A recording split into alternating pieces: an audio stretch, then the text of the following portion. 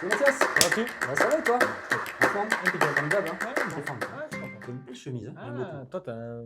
Non. Si, j'ai un beau t-shirt. T'as un beau J'ai un t-shirt. petit t-shirt. Une t-shirt bleue. J'aime bien la Oui. bleue. Alors, on va parler de quoi aujourd'hui? Ah, direct. Ok. Ouais, De quoi on direct. parle? Alors aujourd'hui, on va parler du piège de la comparaison. C'est vraiment un sujet qui nous tient à cœur parce qu'on a beaucoup de personnes qu'on reçoit qui se comparent beaucoup aux autres Hum.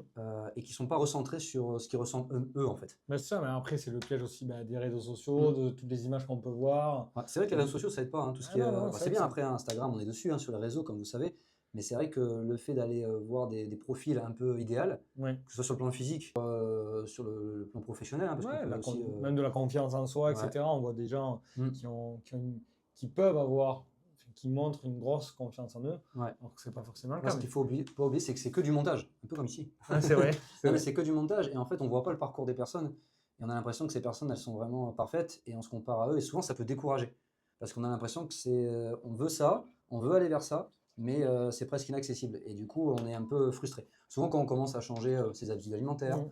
ou commence à faire une activité physique, on se dit, oh là là, mais j'en suis très loin, et en fait, on a toutes ces comparaisons, et en fait, on n'a pas de plan, et on se dit, ah là, mais moi, j'arriverai jamais, je me compare à eux, et en fait, eux, ils ont un physique, ou alors ils ont une hygiène de vie, ou alors ils ont une confiance en tant qu'orateur, par Ouais, exemple, ouais. beaucoup plus poussée. Et en fait, on voit des gens qui sont très très hauts, ou alors même, comme tu dis, on voit que ce qu'on voit sur Instagram ou sur Facebook, mais pas l'envers du décor. Tous les essais qu'il y a eu, où ils se sont trompés, etc.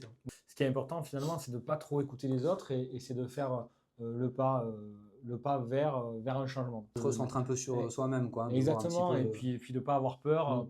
pour aller de l'avant et pour essayer des choses. Ne pas tomber dans ce piège Exactement. vraiment de se comparer un petit peu. Exactement. Après, on est plus ou moins réceptif selon les personnes.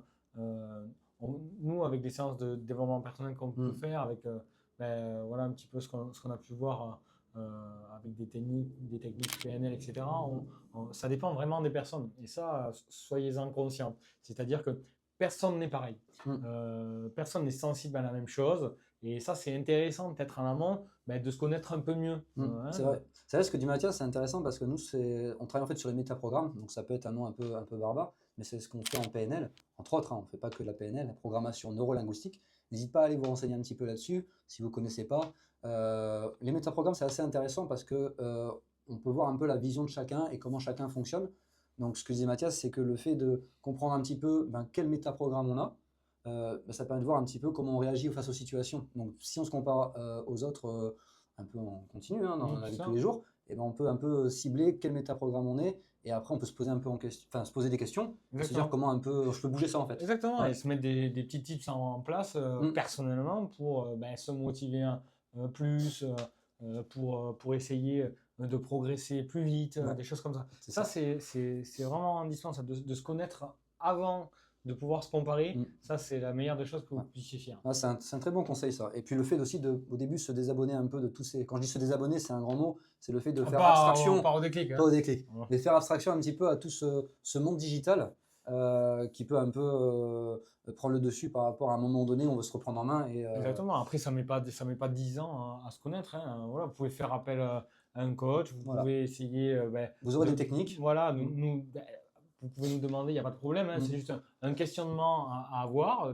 C'est un cheminement. Exactement. Est-ce que vous êtes plus à l'aise quand vous avez un objectif à aller chercher, ou est-ce que vous agissez plus en termes de réaction, c'est-à-dire une réaction à quelque chose qui vous pousse à aller vers l'avant? Voilà, des petits tips comme ça, et de se poser la question de comment je suis motivé à faire des choses, comment je suis plus productif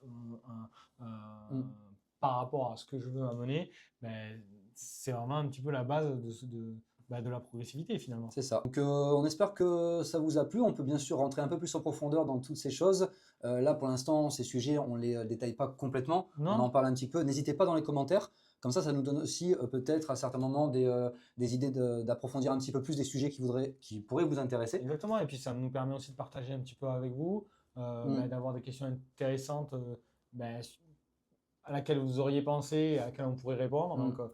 Donc le but du jeu du déclic, c'est aussi de provoquer des déclics. C'est ça, de se poser des questions, de le fait qu'on discute ensemble avec vous, c'est d'avoir un petit cheminement et se dire « Ah oui, je me reconnais par rapport à ce qu'ils disent » ou « Je me suis déjà posé la question » et c'est pas mal de partager autour de soi et en nous envoyant un message pour pouvoir un peu amener des changements et amener le déclic. Bon, on vous dit à très bientôt. Ben, dans 15 jours. 15 jours pour un nouvel épisode, un nouveau sujet. Et puis à bientôt. À bientôt. Allez. Allez, Nana.